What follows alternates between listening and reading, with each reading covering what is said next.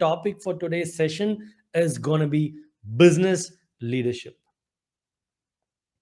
Yes, my friends, the first business inside your business is the business of leadership. There are three levels of leadership. The first level is leading yourself, then being able to lead the followers, and then being able to lead other leaders. The new joinee or the freshers, the first level employees in your company are the ones who are in the first level. Their job is to take care of their own jobs. Lead yourself. The second level is all the managers or the heads that you have in your business. Their job is to take care of their job and their subordinates' jobs as well, or be able to produce results for them, being able to be accountable for them also, answerable for their results as well. And the highest level of leadership is being able to lead other leaders who are also leading the followers. That's when you're actually leading the business. So when a fresher or a new person in your team is not able to do something, obviously you'll pitch in, but the whole style is that you don't just keep pitching in, you build the core team who works closely with you, and through them you're able to achieve greater results. Only then you can keep expanding your company.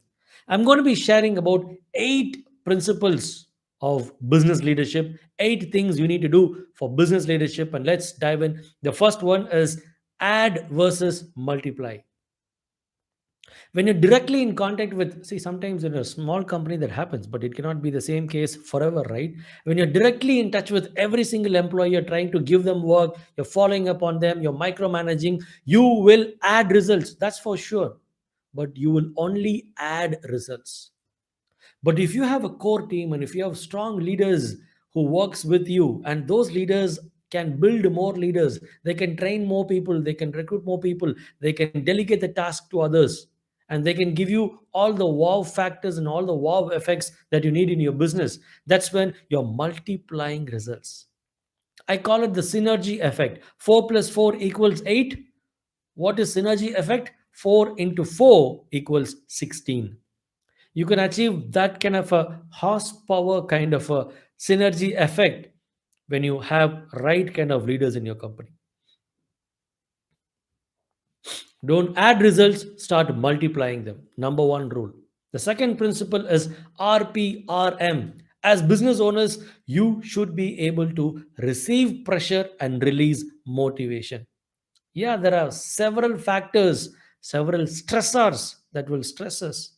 The market scenario, long pending payments, people are not complying, economic trends, global trends, diseases, different other factors, so many other factors are there to keep you down, to keep you worried and whatnot. But you should be able to receive that pressure from the market and be able to release motivation to your team, especially the leaders whom you're tuning or guiding, mentoring should also be able to do the same thing. Sometimes, the stress hits the roof and you're losing your cool, and you have a very rough meeting with the team, but your leaders should not believe or get that, what, if the boss is speaking to us like that, I think we also have the liberty to go and speak to our people like this. Let me go and give a push to those new joinee.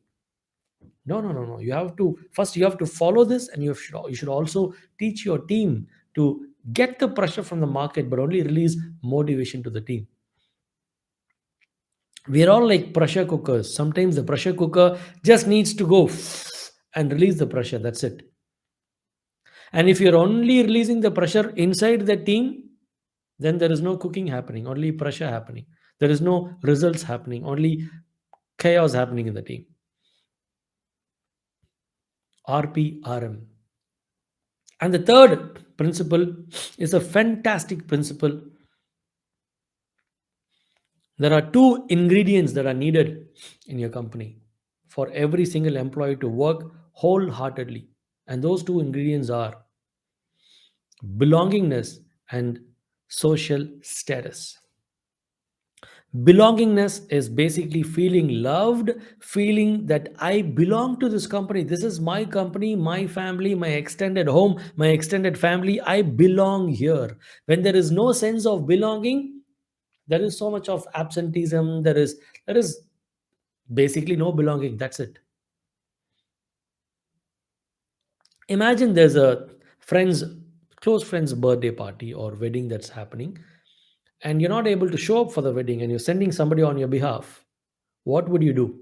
The first thing when your family people come back is you'll ask, hey, how was the event? Did anybody ask me? Did you guys miss me? And you want to know every single detail about who are the people who inquired about your well-being. That's belongingness. This should just not be like a transactional workplace. It should be a transformational workplace by increasing that belongingness factor. They have to feel that they belong to this clan. And the second one is social status. People should also be feeling that they are important over here. They are heard over here. Their talents and skills are being respected over here. So love and respect are two major elements to have a wonderful work culture where people just love to work and people celebrate the work. Decisions are being taken. Nobody is asking me. I got the solution, but nobody bothers. Nobody gives me a listening ear. All these things are the complaints that people are giving these days.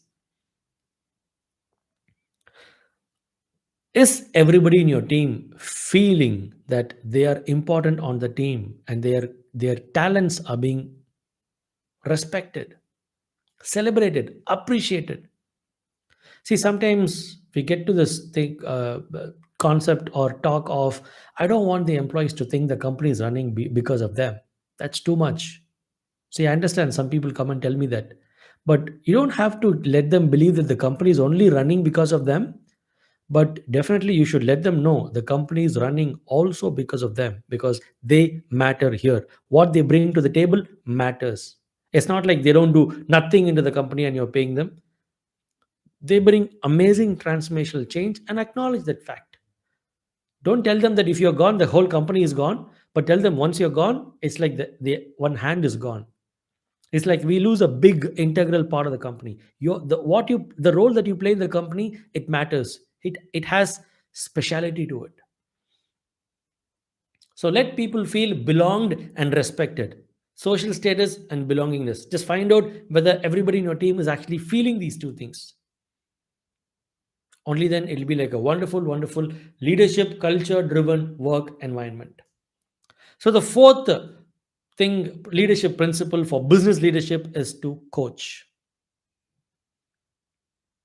You start coaching when you stop taking reasons. You start coaching when you stop taking justifications. Start coaching your team members. What is coaching? How to coach? Coaching is not counseling. Coaching is not motivating. Coaching is not advising. Coaching is not pushing people. Coaching is asking the right questions and helping them to choose what they want in life and helping them to move from where they are and where they want to go, not where you want to go. So if a salesperson is coming in giving you a lot of complaints and reasons, market is dull, etc., etc., you don't have to just give a pep talk. Sometimes a pep talk is needed, but not always. You got to ask the right questions. Do you really think the market is that bad? Do you think every other company who's selling the similar product is going bankrupt? Do you think all the employees who are into similar job where they're selling similar products to similar kind of customers, do you think they all have zero results? No, sir, I think some of them are doing different. What do you think they're doing differently? Do you think because things are not working out, we should give up? Do you think this is the best we can do? Or do you think, is there some way of improvement? Yes, sir, there is some room for improvement. Yeah, tell me, what is the room? What room is there? What can we do to improve? Now that around 25, 26th of the month, you're coming and telling us that the results for this month is not possible. When did you know that this month is not going to be a successful month? I came to know about it on the 5th day or the 10th day of the month. Next month, when you come to know that the month is not working, the sales is not going to work for the entire month during 5th or 10th, Can we have this conversation on the 10th of the month itself, so that the remaining 20 days we get to try some new things? Can you please take responsibility of addressing problems ASAP instead of waiting for the last minute? I'm not even telling anything, I'm only asking the right question, right question, right question, right questions.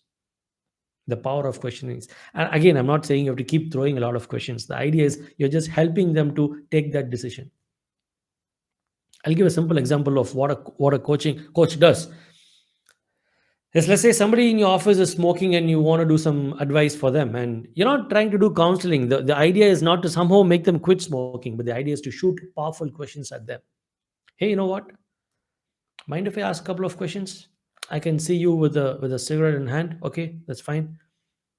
10 years later, let's imagine that you have a wonderful family, you got two kids waiting for you, and the office is completed, and you're just done with the office, and you're so good, you're very successful in the company because you have a car and probably you have a driver as well. And as you're waiting at the entrance of the office for the driver with a blazer in hand, do you find, in the other hand, do you find a briefcase or a laptop bag, or do you find you standing there and smoking in that attire?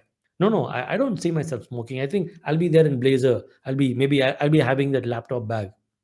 So do you see that this is not going to be a long term thing? What you really want is that. So will you still be smoking even when you achieve that kind of a success in life? No, I'll be healthy. So do you see that one day you're planning to quit smoking? That one day will never come. When that one day is going to be, it need not be today, but you decide. You should decide your life, not the situations, not the circumstance, not that small piece of thing. But you decide your life. You're the boss of your life, right? Your life is in your control or somebody else's control. In your control. You decide when you want to stop, when you want to start, or what you want to do with your life. How well you want to transform your life. So you're getting what I'm saying, right? Coach is not just giving counseling. The coach is actually trying to help the right questions, help the candidate by asking the right questions, and help them decide and increase conviction in their life. Conviction is that, yes, I got clarity right now. This is what I want to do with my life. I got clarity right now that I can achieve sales. It's not spoon feeding them to somehow blindly believe in achieving results. It is to increase that conviction level. Okay. And the fifth one is, it's a favorite statement for me. The fifth principle is touch people's heart before you can ask for their hand. Before you tell them, hey, give me your hand, I need some help, just touch people's heart, touch their heart. You need to win people. Don't try to win just arguments or anything. Just win people. When you win people, people will not even go from you, they'll not go away. I've seen several case studies where even when I'm not saying you have to do this, but I'm just telling you, even when employees were not paid during the COVID time, people never left the boss because they were so grateful and thankful for what all the boss did for them during good times. And they stood with those bosses. And that boss now is able to pay back in multifold to their team because of their gratitude. That's called touching people's heart. Beyond money, beyond monetary things, beyond appreciation, people just genuinely feel that, they just like you for who you are. When somebody's on leave, that's fine. At times, challenge is there, people on holiday. Hey, this is the third time I'm seeing you getting applying for a leave, quoting that you have a knee pain. Do you mind want to check your knee? Do you maybe want to check whether you're going through some lack of vitamin D or something? Can we run a blood test for this? Would you mind doing that? Because I'm more concerned about you. That's what is more important. I've seen several companies, my friends. I'll tell you one classic example.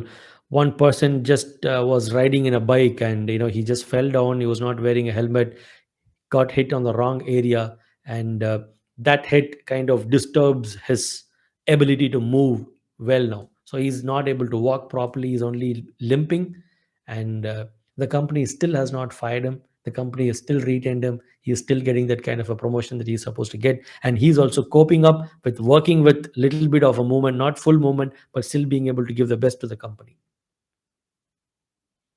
I'm sure you also would do that graciously, but let's just go one step ahead of that. And even a normal two wheeler, That the vehicle, the person, the employee is riding has insurance, but does the employee it's himself or herself has insurance in your company? That's caring for people, right? Yeah. Sixth point is window and mirror theory. This is also my favorite. A business owner should know when to look at the window and when to look at the mirror. There are two things: window and mirror. When your team is performing, when the team has achieved its target and sales, just go to the window. I'm not saying really literally do that, but this is a psychological standpoint of view and understanding how you need to operate as a person, as a leader, as a business owner. Go to the window and say, these are the people who are the reason for the success. It's because of them the company is able to do so much of business today. Celebrate them. And when nothing is working, zero sales happening, zero results are happening, everywhere where you turn, you find only problems, just go to the mirror and say something has to change in this person, that the company is not able to produce results. And the sooner you find what that something is, you will be closer towards that result or a success breakthrough. And most of the time we tend to do the opposite, right? When nothing is working, people have all failed, we go to the window and say, look at them, because of them I've lost it. It is my curse that I have to, live and die with these kind of people. I have to work with these people. What did I do? It's so hard and tough to work with people like this. We get into that kind of a demotivated state of, a blame thing that happens. And sometimes when the victory is there, it gets to your head, and we go in front of the mirror and say, hey, look at me. It's because of my talent. It's because of my skill, my ability, my connections, because of who I am. My company is able to achieve this. Results, go to the window, appreciate them. No results, go to the mirror, find out what you need to change. Telling you, this is very powerful. Don't take failures to your heart, and don't take victories to your head. Okay, so let's go to the. I've actually noted down certain things, that's why I'm looking at that side. Let's go to the seventh point. This is also my very, very favorite point: lion and donkey theory. Lion and donkey. A group of lions led by a donkey can be defeated by a group of donkeys led by a lion. There is a department or an organization, all the workers are working like donkeys. When I mean donkeys, don't get me wrong. Let's just say, for example, maybe these people are not fully trained. Maybe they're not trained into the particular business's domain and all that stuff. Not sharpened people, okay? And the head of that particular business is a lion. And there's another team where all the workers and team people are all lions, and the head of the team is a donkey. When both these teams compete, the lion team